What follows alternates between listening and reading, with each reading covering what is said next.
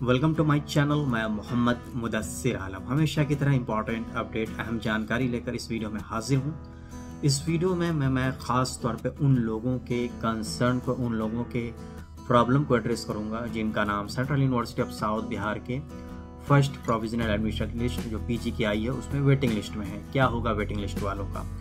ये सवाल आप में से कई लोगों ने लाइव सेशन में भी पूछा है, कमेंट सेक्शन में भी पूछा है।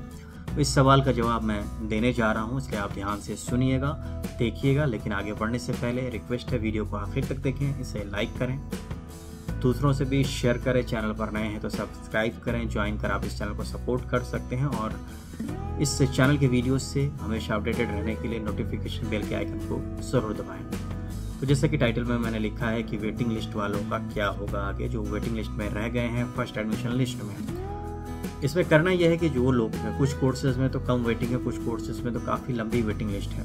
वेटिंग लिस्ट लंबी इसलिए दी जाती है क्योंकि कई लोग एडमिशन कंफर्म लिस्ट में नाम आने के बाद भी एडमिशन विड्रॉ करते हैं, क्योंकि एडमिशन अभी भी अक्रॉस इंडिया अलग अलग यूनिवर्सिटीज़ में चल रही हैं। तो हर कैंडिडेट के प्रेफरेंसेस अलग होते हैं। सारे लोग central university of south Bihar को प्रेफरेंस नहीं देते हैं। हाँ ठीक है, उन्होंने सीट ब्लॉक किया है, लेकिन हो सकता है वो BHU चले जाएं, DU चले जाएं, JNU चले जाएं या किसी और भी यूनिवर्सिटी में क्रॉस इंडिया चले जाएं, तो वो सीट खाली हो सकती है। तो वो सीट खाली होने के बाद, जैसे कि किसी कोर्स में 45 सीट्स हैं, 20 सीट्स कंफर्म्ड हैं UR कैटेगरी में, 20 एडमिशन लिए जाते हैं। वहीं OBC में शायद 12 सीटें हैं, SC ST UWS हर कैटेगरी के सीटें बटी हुई हैं।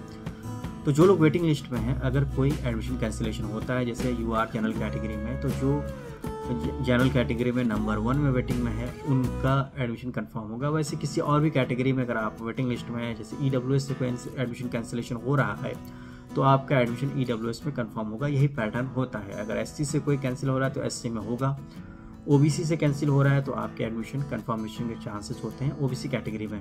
आपको ये बता दें कि ये प्रोसेस चलता रहता, पूरे जुलाई चलेगा, अगस्त में चलेगा, तब तक चलेगा जब तक university last date of admission announce ना कर दे। यूनिवर्सिटी ने अब तक last date of admission announce नहीं किया है।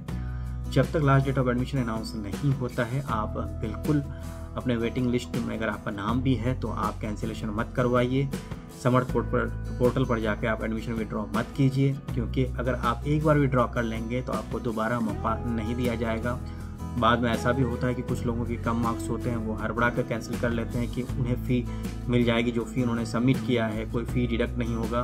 देखिए, वेटिंग लिस्ट वालों का कोई भी 1 रुपया भी डिडक्ट नहीं किया जाएगा। जैसे ही सारे राउंड्स के एडमिशन हो जाएंगे, जो लोग रह जाएंगे उनकी पूरी फ़ी वापस कर दी जाएगी, जहाँ से भी आपने पेमेंट किया है। और आपको ये बता दें कि फ़ी रिफंड की प्रक्रिया जो प्रोसेस है वो अक्टूबर के महीने में शुरू होगी। तो अगर आप अभी कैंसिलेशन भी करवाते हैं तो पैसे आपको तो मिलेंगे अक्टूबर नवंबर में ही, इसलिए आप हड़बड़ाएं नहीं। कभी भी एडमिशन विड्रॉ तभी करें जब आपको कहीं कंफर्म एडमिशन मिल गया हो। मैं आपको बार बार ये वार्निंग दे रहा हूँ कि होता है ऐसा, पिछले सालों में भी हुआ है। हड़बड़ा के लोग कैंसिल करा देते हैं, उन्हें लगता है कि उन्हें उनके पैसे कट जाएंगे अगर आप वो डिले करेंगे एडमिशन विड्रॉ करने में। तो ऐसा कुछ भी नहीं होता। वेटिंग लिस्ट वालों का 1 भी रुपया नहीं कटेगा। तो वेटिंग लिस्ट वालों के लगातार जो सवाल आ रहे थे, इस वीडियो को देखने के बाद उम्मीद करता हूँ कि आपको सारी बात समझ में आ जाएगी, आ गई होगी। PG और UG के लिए यही प्रोसेस होता है। जब तक लास्ट डेट ऑफ एडमिशन ना अनाउंस हो तब तक, चाहे आप कंफर्म लिस्ट में हो, वेटिंग लिस्ट में हो, आपके पैसे 100% रिफंड हो जाएंगे। और हाँ, ये भी आप बात जान लें, अगर आप आज कैंसिलेशन करते हैं फिर भी पैसे आपको अक्टूबर नवंबर के महीने में ही मिलेंगे। तो इस वीडियो में इतना ही। बहुत बहुत शुक्रिया। Best wishes.